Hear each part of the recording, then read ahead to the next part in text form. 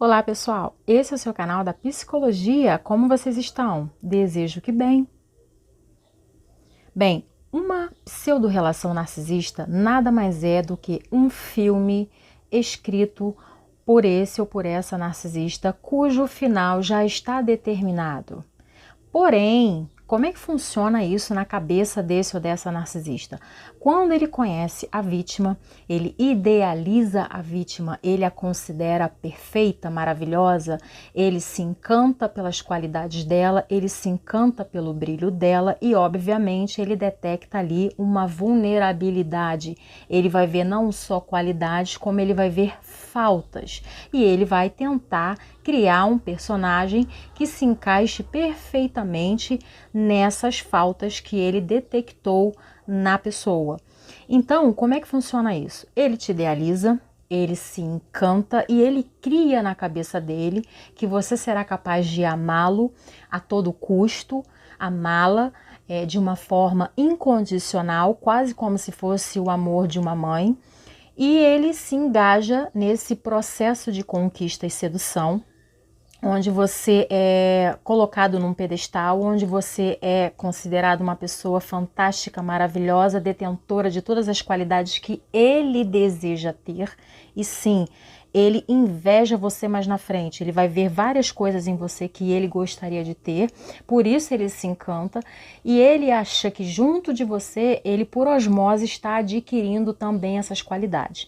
Então, beleza, nesse primeiro processo, você é uma pessoa perfeita, maravilhosa e você será a fonte perfeita de todo amor e satisfação e adoração e de tudo aquilo que ele precisa. Não demora muito, você começa a frustrar esse narcisista sem você saber. E como você comete esse crime? As poucas vezes em que você desapontá-lo, as poucas vezes em que você se mostrar como um ser individual, as poucas vezes em que você demonstrar que você não é uma extensão do desejo dele, que você é um indivíduo com pensamentos próprios, sentimentos próprios, planos próprios. E como é que isso se desenha na prática? Todas as vezes que você escolher fazer algo por você e não por ele ou por ela, isso já é um motivo de frustração, é um motivo de aborrecimento para esse ou essa narcisista. Todas as vezes que a sua atenção estiver voltada para qualquer coisa ou pessoa que não seja esse ou essa narcisista, ele ou ela vai se sentir incomodado e ele vai ver que você não preenche os requisitos de perfeição e de adoração irrestrita e incondicional que ele criou na imaginação dele. E aí o que vem após essa constatação desse ou dessa narcisista? Vem uma raiva, vem uma ira, vem um sentimento de desapontamento pelo qual você será punido. Então veja o nível da loucura. A pessoa te idealiza, acredita que você será perfeita, ela vê as suas qualidades que ele ou ela gostaria de ter e não tem. Ela acredita que você será capaz de dar a ele ou a ela um amor incondicional, perfeito, sem furo, sem falha. Na primeira demonstração sua de humanidade, de individualidade, esse narcisista, essa narcisista fica aborrecido, fica irado, desapontado, se sente desprestigiado e passa a te odiar. Mas não é a primeira vez que ele ou ela está vivendo isso. Eles vivem isso em todos os relacionamentos, porém é como se eles fossem assistir um filme pela primeira vez e assim, muito excitados, muito animados, muito esperançosos, com muita expectativa do que será aquele filme, mas ela, foi quem escreveu o filme. Então eles sabem como termina. Entende que não é uma coisa que tenha muita lógica? Então ele já sabe que vai se frustrar, mas cria dentro dele uma expectativa de que daquela vez a vítima será perfeita. Por isso que se chama idealização. O que é algo ideal? Algo ideal é o oposto do algo real, é uma coisa inatingível, é um ideal. Então, essa idealização também acontece do lado de cá. A vítima vê no narcisista, na narcisista, o tampão para o buraco que ela sente.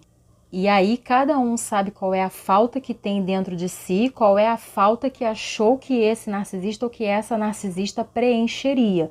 E isso é muito importante, porque a partir do conhecimento, do entendimento dessa falta, é que você vai conseguir tamponar através de busca, de autoconhecimento e terapia, para que você não caia em relações dessa natureza e continue repetindo esse ciclo interminável. Esse ciclo eterno e escravizante e desgastante. Então, o love bombing, ele sempre começa para esse narcisista, para essa narcisista, com uma expectativa sim, de que vá dar certo. Mas, de novo, veja o nível da loucura. Ele ou ela acredita que agora vai dar certo com aquela vítima, porém, ele sempre sabe como termina, porque ele faz com que o ciclo se repita. A desvalorização é feita por ele, por ela, o descarte é feito por ele, por ela. Então eles sabem como termina, é quase como se fosse uma amnésia. Eu escrevi o filme, espero que termine bem, ops, mas eu sei como termina, fui eu que escrevi. Entende? E é nesse nível de loucura que a pessoa te envolve. Eu sei que é um pouquinho confuso disso ficar entendível na mente humana. Então, é por isso que a pessoa se desgasta tanto, porque para a normalidade não tem muita lógica, não faz muito sentido. Se eu tenho esperança de que algo dê certo, por que eu mesmo vou lá e destruo aquele algo? Porque ele ou ela também não consegue sair desse looping. Eles sempre vão buscar relações no mesmo padrão, sendo que o narcisista não tem interesse de mudar esse padrão. Você pode fazer isso por você. Ele não quer. Eu imagino que você já tenha tomado muito prejuízo na vida por conta dessas relações indignas.